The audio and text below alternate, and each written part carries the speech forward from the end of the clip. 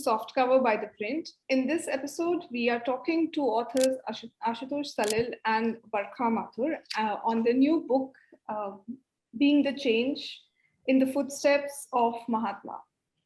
This is by HarperCollins, and we are very happy to announce it on the Print's website. Salil and Barkha ma'am, I would want to first begin this conversation by asking you, how did you decide on this region? When you thought of writing this book, what were the first few ideas that came to you? See, I would answer this, and Barkha ma'am can probably, supplement. It was pretty easy in terms of, why this region, because both of us have worked in this region, right?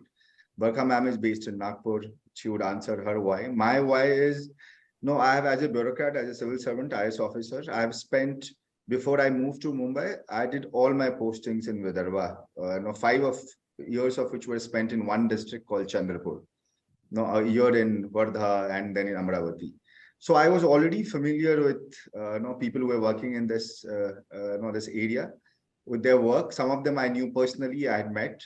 There are lots of people I read about, and I knew about them through friends and acquaintances. So it was also the familiarity, with these subjects, because I had worked, I'd seen their work. So it was also first-hand experience of knowing about people and their work. That was the comfort factor. So we thought we'll start with that, and that's the reason we focused on this particular region. Barkha ma'am can. Yes, Barkha ma'am, you've worked as a journalist for almost 20 years. Tell me, I'm sure you have seen on the ground as a reporter when you go to the villages and you see the deprivation there, and then you see some people who are absolutely dedicated to a cause. And when you were reporting, and how did you at that point see the same people as your sources, as point of information for you, and then when you had to ultimately write about them, how did that change the way you looked at their work? A lot. See, we have been in a newspaper, you do reports, and the same people, we have different angles, So I'm talking about Ashish Sataf. So maybe sometimes I'm doing a couple interview on them. Sometimes I'm talking about their work. Sometimes, things, but I have been covering it on and off. There are small reports, 500 words, 600 words. But as a journalist, you do that and you feel that you have done whatever was required in that. So when Salil approached me, when he wrote to me a mail saying that I want to do a book on these people. So that really, I looked at it as an opportunity, to really, plunge into the kind of work they have been and what I had been trying to tell people. It's just not about a 500-word story. There's so much more work that they are doing, and it's such commendable work. Because you see, when you see those people in those surroundings, and you're going from cities, they also belong here. They are also city-bred people, They are very highly educated people. But giving it all up and living there, this needed to be taken out. So I was pretty excited about that idea when he floated it to me, when he wrote to me. So I said, fine. And then, co-authoring with a bureaucrat also teaches you a lot.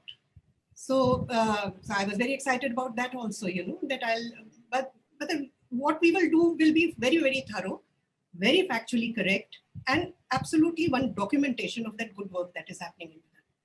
Yes. So moving on to the next question, I just want to understand, Salil, you come from, a completely different stream of work. You're a bureaucrat, and you actually have to work in these areas. You have to serve in these areas under whatever capacity you have. And there are lots of times it's seen that when these so-called activists protest or they sit on a dharna, and they're so strong on the resolve that they'll not break the fast till the time the government withdraws. So a lot of, especially in the current scenario also, these groups are seen as a sort of anti-development, where they do not want, industries to move in their areas for employment, or for whatever reasons people would, link mining or other industries to. So how did you as a bureaucrat at that point look at the story from the other side. I mean, you would, how did you view the lives of these people and their struggles, of course? See, as a civil servant, that's part of when you are serving in the field. The protest, dharna, that's part of your job. You have to see it as part of job and as part of people's way of expressing themselves. As far as it's done peacefully within the boundaries of law. As a civil servant, I would always listen, pay attention, and whatever my powers and law permitted. Because I'm also bound by rules and code of conduct. I'll try my best to try and redress some of those grievances which were at my level. And if I couldn't do it at my level, obviously escalate it to the state government level. But I think what is extremely important is the empathy, and the fact that you are there and you are hearing people out. So if someone comes, with issues, then I would sit and call them, have them, serve tea, listen to them. Whatever there were issues, which are local issues, issues of say payment to Anganwadi worker on time, and there's no reason why we should not be able to resolve it. We get paid to. Yeah, in fact, in your first story, it starts with a meeting in a bureaucrat's office. So I mean, Absolutely. a lot of experiences that happen in government offices.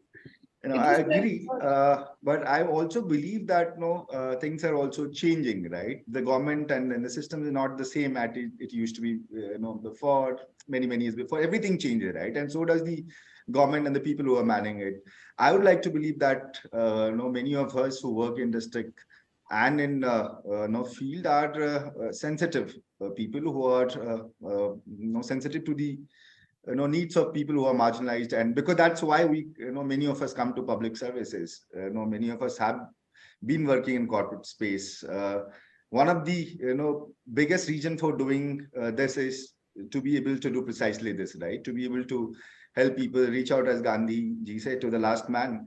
I mean, we might not be successful all the time, we might not, but at least as long as you have the intent and you have the empathy, and I think people appreciate that. They understand that. And fortunately for me, never in my career I had a point where I don't have to agree with people who are protesting all the time. I know they don't have to agree with me. But the fact that we are able to sit across a table and I'm able to put across government's view, because that's what I'm supposed to do. I'm a civil servant. I speak for the government. Government has put me there. And as long as I'm able to convince them, able to articulate that, and also hear their concerns and be able to redress wherever it can be redressed. If not, at least escalate it and bring it to the notice of people who are in a position to solve that. I think that's a fair attempt that all of us strive to make. I at least have tried doing it wherever I've been posted in the field. And that's how I look at it. Yeah, I'll come to Barkha ma'am now. Ma'am, the stories clearly give a very rich, background of the people we're talking about, and that clearly shows your journalistic skills in every story. So tell me more about this, like how, when you were talking to the people, when you were getting their stories, spending a lot of time with them, how did you, how enriching was this experience for you as a reporter? First of all, I want to tell you that this is a collaboration between me and Salil. Okay, so both of us have worked together, and these stories are beyond what I have done in journalism, right? Because we were traveling together, and as I have been saying, I mean, they can talk as much as they want to a journalist, but it is another thing, when they sit in front of a bureaucrat who's willing to listen to them, and he's actually empathizing with them, and he wants to learn their stories. Then floodgates open. They are willing to share. Like as a journalist, I know they will give me certain, they'll give me a copy which I'll report. But with a bureaucrat present over there, who's also part of this project, then it becomes very different. That it goes on a very different tangent. The conversations become, more. They delve deeper into issues. Many more things come up, because see, we usually approach them when there is a controversy, when something is happening. But here, real issues are being discussed. What they are bringing out is, things that they want him to know, which they want to be addressed. So there are these common themes in your story. Healthcare, access to public healthcare is a very, very important issue that you've touched upon in almost all your stories. That is because 4 of the stories are on the lives of doctors. And they primarily went over there because there was no healthcare systems over there. Of course, later on, a lot of it happened. It was ramped up by the government also came in. But as Digant says, that in his story, Digant Amte, he says there are a lot of primary health centers, but still people come to us, from 200 kilometers also. They cross. Which he mentions is a sad thing because he mentions it as a sad thing. Hadn't really reached. So that is the kind of support over the years that they have earned from them. And medical care, as you know, is the primary requirement for a person. So if that is being given out, then the work becomes, it takes a very different approach. And as in Kole's case, they have moved on to helping them with farming also. In Satav's case, malnutrition they are handling. They are teaching them how to grow because tribals have very limited diet, So they are teaching them, how to grow their greens, have more. So it's holistic, basically. A lot of these stories or the decisions when all your protagonists took to actually leave their city lives and move to villages.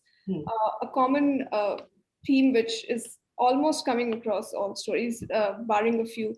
Do you think there was at least at that point, I would say they were all driven by the teachings of Mahatma Gandhi. There was a lot of social movements that were happening at that time, and people decided to take this step very consciously. Do you think in today's time, I'm sure the public health access issues are probably slightly better in such far-flung areas, connectivity is better, but it's still not met. We see that there's a huge deficit in healthcare in the rural areas in the country. Do you think this book or the stories that you're telling would be inspiring for the new generation of doctors to actually take up rural postings? I hope so. I hope so. And you see, about these health facility, I'm sure Salil has a better take. After 108 ambulance service came, things have improved. So he can tell you better what administration is doing. But the youth getting inspired, as we see in Dr. Gogulwar's story. A lot of people, young students who are coming there, I've seen it myself also, Salil has also seen it. A lot of people from these social service institutes where it's being taught as a subject are coming there to work, volunteer. So yes, that change is happening. It will happen. Dr. Satav's son is studying critical care. He will be joining that hospital. Amte's, of course, the 3rd generation is working over there now. Yeah. So yeah, it's very, very, very optimistic it is. So what do you think about this? I don't know. I hope, Sonal, the entire idea of writing the book was this. If you ask me personally, because I feel extremely inspired, looking at them. And because I think I can't live a life of that kind of commitment. Yeah, it's sacrifice. I mean, just leaving everything, living a life. It's difficult, right? And that's what I was thinking, right? What attracts me to their stories and why do I want to tell their story? It's also, I think it calls for lots of commitment, not just the kind of dedication. And then because these are also the people, it's not that they did it because they had no choice, right? Some of these people have had, their education from government medical colleges. They are like masters in 80s and 70s. They could have been anywhere in the world like their colleagues and be very comfortable. But the fact they choose to, come work in remotest part, with very little connectivity and resources, this is something which I find inspiring. And I'm sure, I mean, I can't be one of them, but I really, really genuinely hope and pray that there will be people who'd follow their examples and they would go on to work in the remoter parts. And the book is an attempt to do that, right? Precisely the reason, right, why we want this story, because someone looking for that spark, hopefully, maybe reading one of these story give them that spark, which leads them to go and work for the communities which are still marginalized and need the kind of intervention we see these individuals doing. But like I said, that these people, when they gave up, their lives and decided to move on to villages, there was a big social movement in the country. Lots of idols were there, and like Jayaprakash Narayan, you've mentioned in several stories. So, what do you think is the driving factor? What could be the driving factor now? Because we see that it's like we're growing more and more. I mean, the whole urbanization is just expanding. Cities are expanding. People are moving from rural areas to the cities to earn better living. There's better employment opportunities. In such a setup, what would kind of pull people back to the villages? Do you think Mahatma's teachings here are still relevant? And how would you think of kind of, besides the book, like what are the other ways in which you can speak? That's a tough question to answer, honestly, right? I mean, first, if to answer if Gandhi's teachings are relevant, yeah, of course, they're relevant, they're universal, no, they are like, they will be relevant in times to come, no, in whatever way, whatever form. So I think I have no doubt about that. Second, no, as you rightly said, with the changing, urbanization, people's aspiration rise, no, these individuals are also product of certain time. When the JP movement was there, their family has been in some way influenced with Mahatma and Vinoba Bhave and Jayaprakash Narayan. Those conditions might not exist. So, to be able to answer that question, I don't know, right? Honestly, if no, but I also believe, right, that we are a large country, right, and the people, there's a sense of serving, which also comes many times from your one spiritual, religious belief, because of giving to society, and probably lots of people could draw inspiration from there. So if there's no immediate surroundings, or no immediate reference, but no, people draw inspiration from multiple things, right, including spirituality, for some many for religious beliefs, multiple things. So I would want to believe that there'll be enough people in this country, there are enough of us who'd want to go and work for people who need that kind of support and help. Where exactly to put that influence, honestly, very difficult to say this. I would like to bring like two, mention especially these two stories of Martin Bhosle and Bandhu Dhotre, who are not particularly city-born, bred individuals, but they, with whatever limited resources they had, through your stories, we get to know what kind of struggles they've personally also dealt with while growing up. And then when they tried to bring a change within their communities, what were the issues they faced? These are again very inspiring stories. Can you please tell us a bit more about them? Like besides the doctors, if with very limited education and other means, how did they struggle? So Barkha ma'am, you want to go, and then maybe I can compliment whatever, or I can go ahead. You go ahead. Yeah. So both Bandhu, right? As you said, Bandhu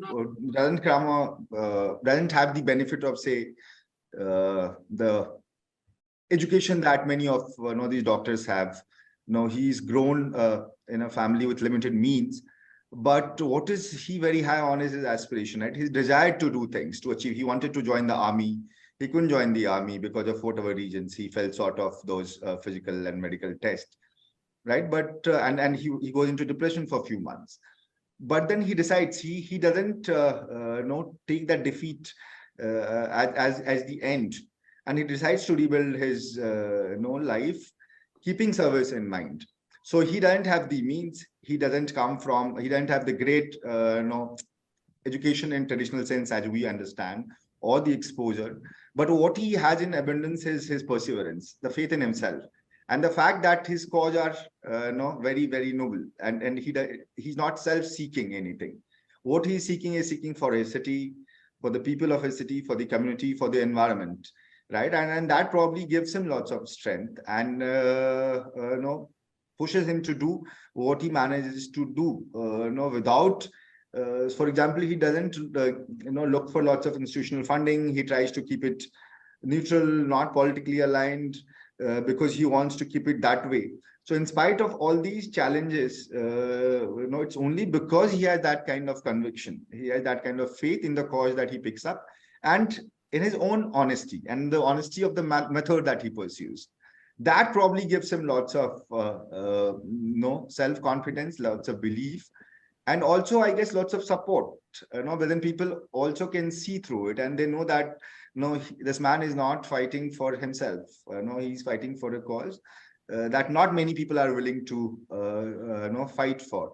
So I think at some level we also have this soft corner for the underdog, right? We all want someone like Bandhu to do well and like win whatever battles he takes. So that is, I think, Bandhu's story, and so I'll credit entirely this to his own determination, his own self, no, not so much of any kind of influence, but his his own inward looking thing, which he has probably mastered over a period of time and worked hard on it. Matin again, comes from very, very, very different context, different background, extremely powerful story. And he also comes from a tribe, denotified criminal crime tribes, Fanse Pardi in Maharashtra.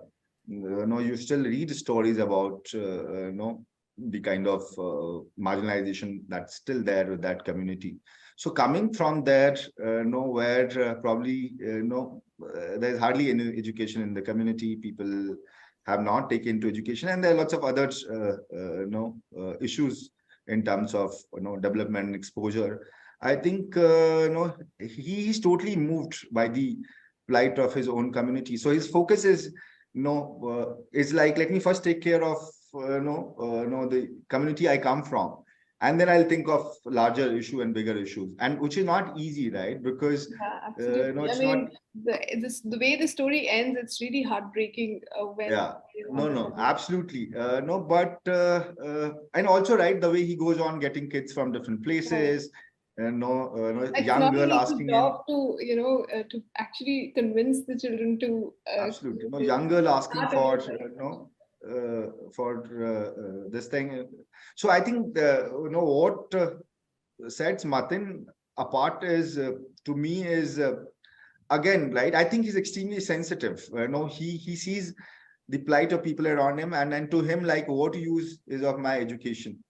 If I can't do anything, for the people of my community.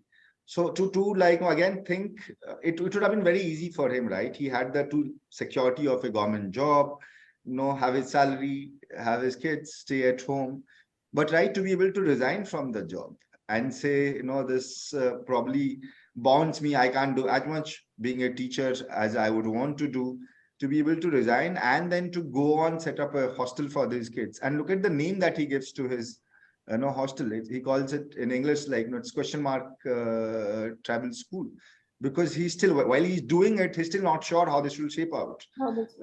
But he actually wants this to happen, but he has this lingering doubt all through in his mind. Will it work, not work, how it will work? So in spite of all of this, he goes ahead, does this, and changes, right? So every life that he changes through education, I mean, what better, can that, then that can be, right? That kids who were on the street lights were, given to some kind of addiction, you bring them, give them the benefit of education. And I think that is, to me, the power of Matin, to work with the most marginalized section of his own community, be able to try and bring them into mainstream and give them the power and benefits of education and hopefully a good life ahead. For me, I'll say I find Bandhu's story is very, very poignant because of the, his lack of education really comes in his way, because he has not been able to strike a balance between what he's doing and his personal life. And it is very, very, it's very sad the way his wife suffers, the way his kids suffer, to the extent that he doesn't have money to even educate them. So this good people of Chandrapur, they pool together to finance their kids' education. Otherwise, they would go without education. And Bandhu has become so immersed in the work that he's doing that he doesn't know how to move away from it and look after his family also. This is what I find most poignant about his story.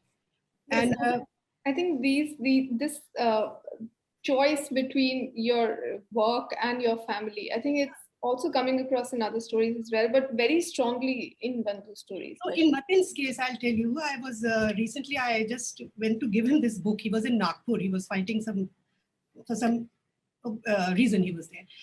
And he is so, at the moment, he's so obsessed with getting funds for his school. He's rebuilding it, part of it. The children are going without, the kind of food he would like to provide them, etc. He just took the book. He was looking dazed. He was looking at the book. I showed him the chapter. He couldn't connect. He was just going on and on about why he is in Nagpur, what he's supposed to do, and how he's supposed to get the school back. So, people like us feel very humbled when you see this dedication. Look at him. He has given up his life just to see that those children of his tribe do not suffer the way he has suffered. So I think it's very, very poignant.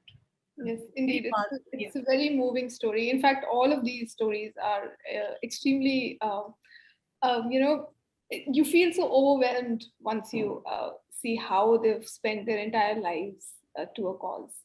Yeah. Some people asked us, why should someone in Kerala read about people in Maharashtra or something, right? Or Karnataka. So for me, both of us, the answer is these are universal story, right? You could have a Bandhu in Kerala also. So what do these people represent? They represent certain universal values. Yeah, basically the relevance of the same stories elsewhere in the country. Elsewhere, right? Because it's not about, Bandhu just happens to be in Chandpur fighting a call, right?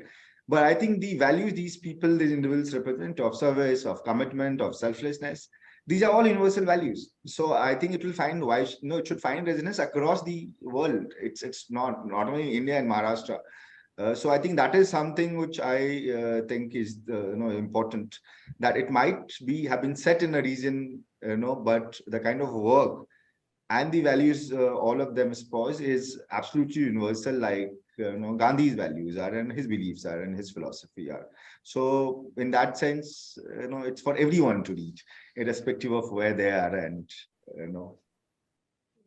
Yes, ma'am, you were saying something. Yeah, I think their book has a universal appeal. I would put it this way, because Gandhi is admired across the world, and these people have proved that if we take his path, then we can really bring about a change. And how they have taken it, how they follow Gandhi. So I think this book has a very, very universal kind of an appeal, and because as Salil is saying, the virtues are universal, what they are practicing. So those kind of deeds can be done anywhere in the world. On that note, I'm going to say thank you to both of you. Thanks for this lovely book. Thank you so much. Thanks for talking to us. Thank you so much.